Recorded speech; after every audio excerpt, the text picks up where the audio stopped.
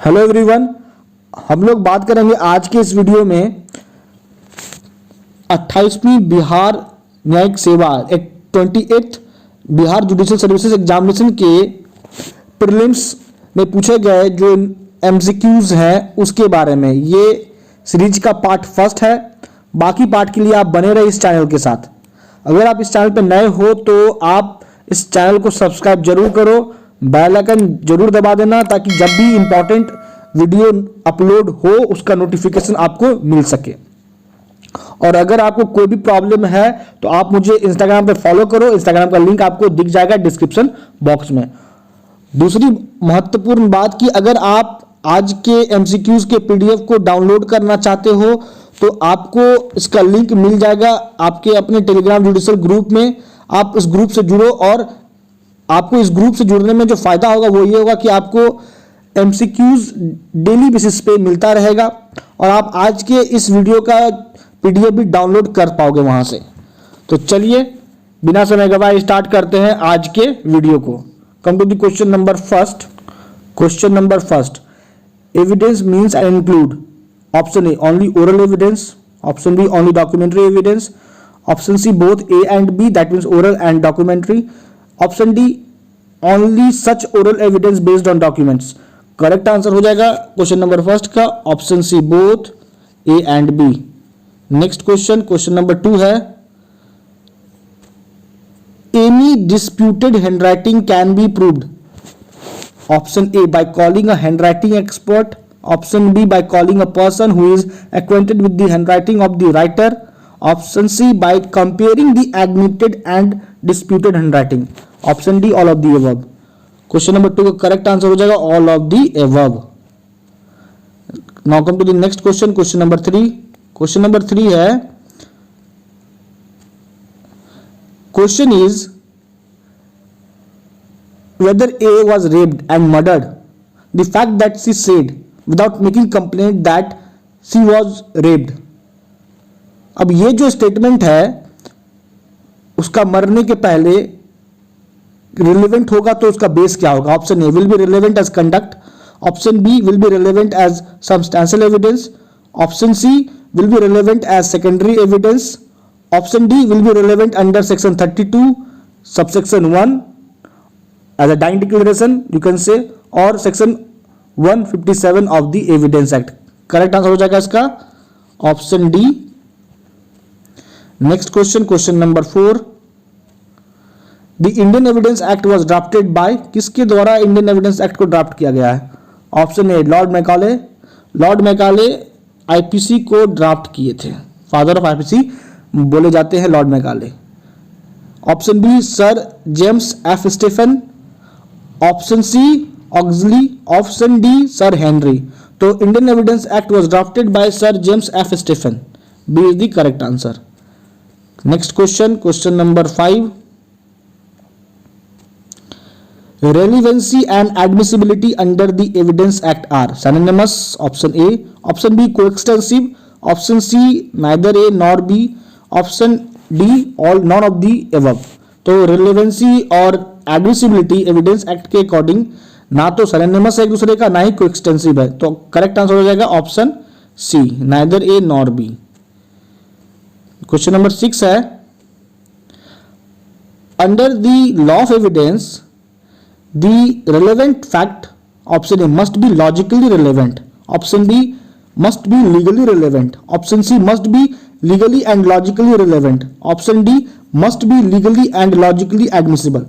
तो correct answer हो जाएगा इसका option B must be legally relevant होना चाहिए relevant fact under evidence act. Now come to the next question, question number 7। Question number 7 कह रहा है, Confession of an accused is admissible against the other co-accused। एक accused के द्वारा जो confession हुआ है वो दूसरे accused के खिलाफ भी admissible माना जाएगा।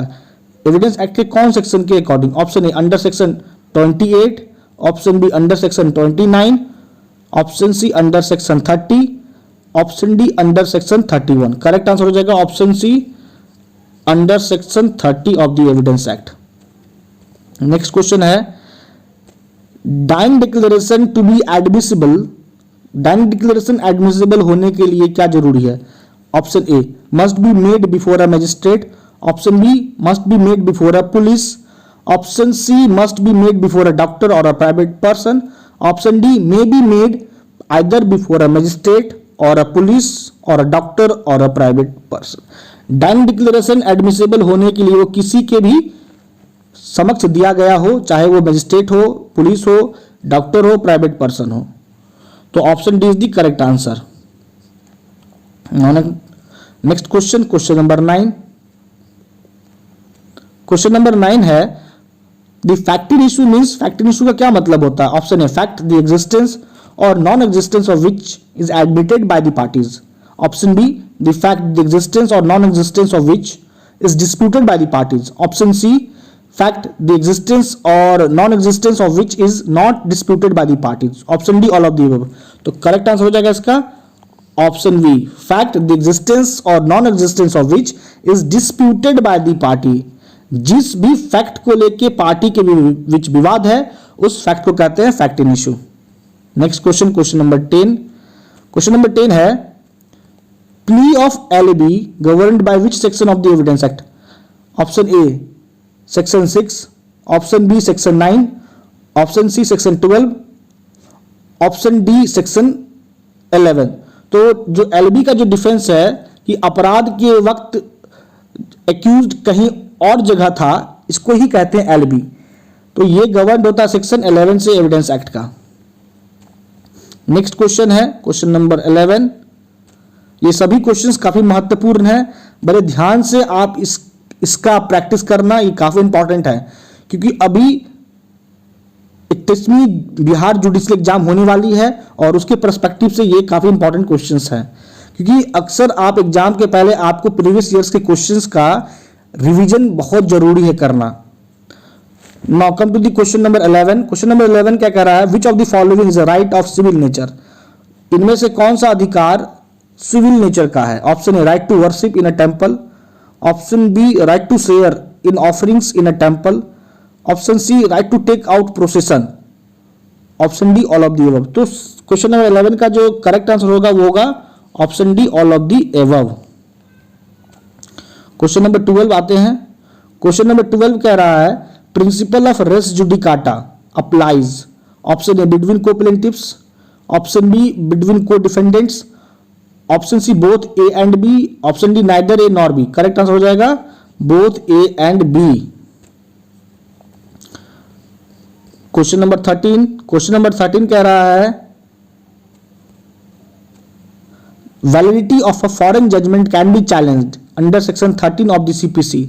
अगर आपको फॉरेन जजमेंट को चैलेंज करना है सेक्शन 13 के तहत आईपीसी का, तो आप कहां करोगे? Option A in a civil court only, option B in a criminal court only, option C both A and B, option D neither A nor B. तो ये सिर्फ और सिर्फ चैलेंज होगा फॉरेन जजमेंट सिविल कोर्ट में ही। Correct answer is option number A. Now question number 14। Question number 14 है A dies living behind a son and a married daughter, Y? A suit filed by A after his death can be continued by option A X, that means here X is the son, X alone as legal representative, option B Y alone as legal representative, Y here is a married daughter, option C both A and B, option D neither A nor B। Correct answer हो जाएगा A के मरने के बाद A के द्वारा जो दायर हुआ था सूट वो जारी रहेगा उसके बेटा और मैरिड जो डॉटर है उसके दोनों के द्वारा। तो option C is the correct answer, both A and B. Now question number 15। Principle of constructive res judicata के बारे में कहां बताया गया है? Option A explanation number 3 of section 11, explanation number 4, explanation number 5 of section 11, explanation number 6 of section 11। तो correct answer हो जाएगा option B explanation number 4 of section 11 of IPC, है ना। तो सेक्शन 16 की तरफ चलते, माफ कीजिए, क्वेश्चन नंबर 16 की तरफ चलते हैं। क्वेश्चन नंबर 16 बता रहा है, कह रहा है which one of the following is an incorrect statement, option A, an arbitral award must be a contract, an arbitral award must be in writing and signed, an arbitral award includes an interim award, option D none of the above. तो इसका जो incorrect statement होगा arbitral award को लेके वो होगा option ए कि arbitral award contract होना चाहिए, ये गलत है। ये जो स्टेटमेंट है ये गलत है। क्वेश्चन नंबर 17, क्वेश्चन नंबर 17 कह रहा है after the arbitral award is made each party shall be delivered. Arbitral award sign होने के बाद प्रत्येक पार्टी को डिलीवर्ड किया जाएगा क्या? Option A the original award, option B a signed copy of the award, option C photo copy of the award, option D unsigned copy of the award. तो correct answer हो जाएगा option B a signed copy of the arbitral award. Next question, question number 18, in a bailable offence the bail is granted as a matter of right. अब bailable offence में bail कौन grant करता है? Option A by police officer, by court, option C both A and B, option D either A or B. तो यहां पे देखो जो बेलेबल ऑफेंस में बेल ग्रांट होता है आपको पता ही है कि बेलेबल ऑफेंस में बेल मिलता है सेक्शन 436 के अकॉर्डिंग सीआरपीसी का, और ये बेल मिलता है पुलिस ऑफिसर के द्वारा भी और कोर्ट के द्वारा भी। तो option C is the correct answer, both A and B. Question number 19, power to direct investigation under section 156 subsection 3 of CRPC can be exercised। अब यहाँ पे जो इन्वेस्टिगेशन का आदेश है 156 सबसेक्शन 3 के अकॉर्डिंग सीआरपीसी का, ये आदेश कौन जारी कर सकता है? Option A magistrate, option B session जज, option C both A and B, option D either A or B. तो करेक्ट आंसर हो जाएगा both A and B. Magistrate भी जारी कर सकता है इन्वेस्टिगेशन का निर्देश 156 सबसेक्शन 3 के अकॉर्डिंग सीआरपीसी, और सेशन जज भी। लेकिन जब आप देखोगे 156 को सीआरपीसी का तो वहां सिर्फ शब्द इस्तेमाल हुआ है मजिस्ट्रेट, तो इस बात को लेकर कंफ्यूज मत होइएगा। मजिस्ट्रेट ऑल्सो इंक्लूड जज, याद रखिएगा इस बात को। इसलिए करेक्ट आंसर हो जाएगा both A and B. Question number 20, question number 20 है the investigating police officer has a power to summon the attendance of a person acquainted with the facts and circumstances of the case under which section of the CRPC? Option A 158 CRPC, option B under section 159 CRPC, option C under section 160 of CRPC, option D under section 161 of CRPC। Correct answer हो जाएगा कि investigating police officer को यह power दिया गया कि वो समन issue करके किसी व्यक्ति की उपस्थिति को दर्ज करवा सकता है अपने समक्ष। वो किस सेक्शन के अकॉर्डिंग होगा, ये पावर दिया गया पुलिस ऑफिसर को? सीआरपीसी का सेक्शन 160 के तहत, section 160 of CrPC. Next question, question number 21, question number 21 है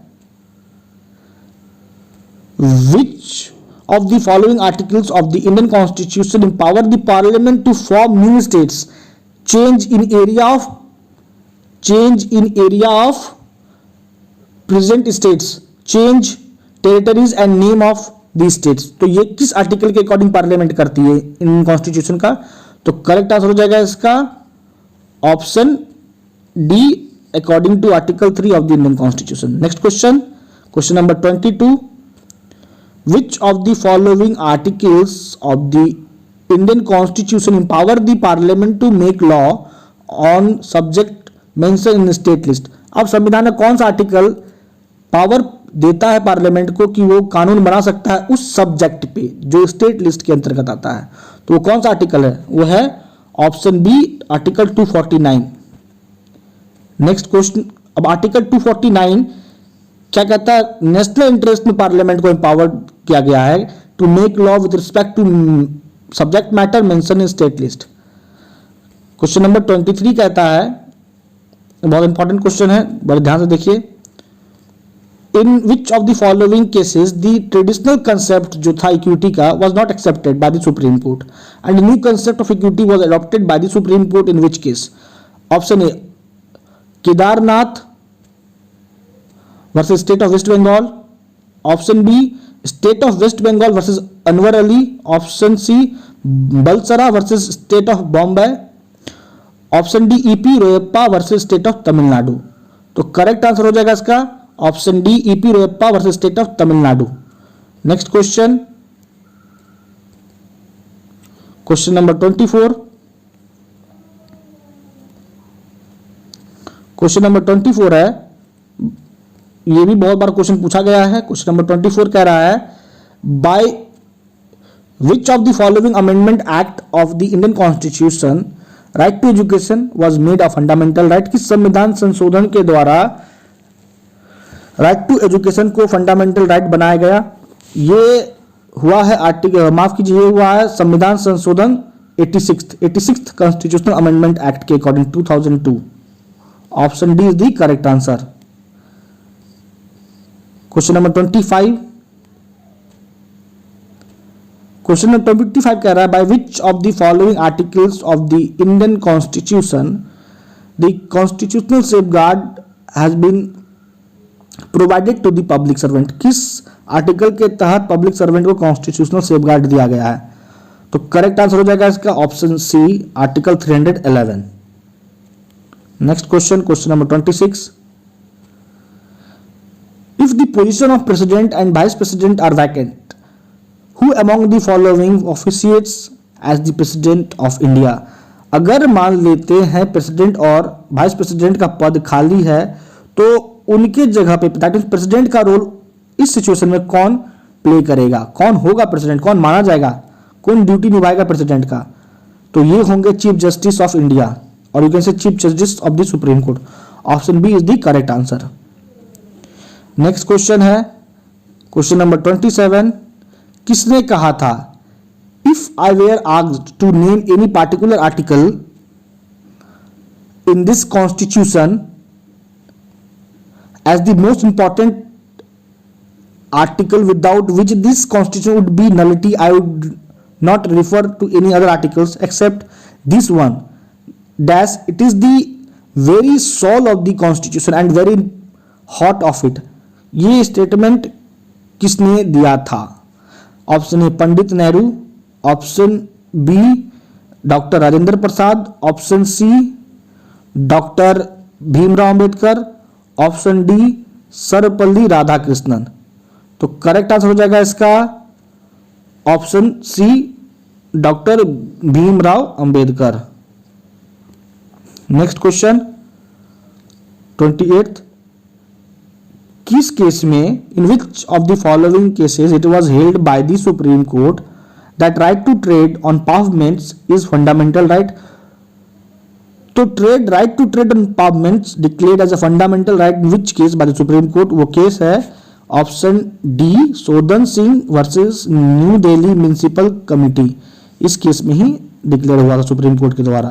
तो क्वेश्चन नंबर 28 का करेक्ट आंसर हो जाएगा ऑप्शन डी। ये सभी बहुत इंपॉर्टेंट क्वेश्चंस हैं, बड़े ध्यान से देखिएगा।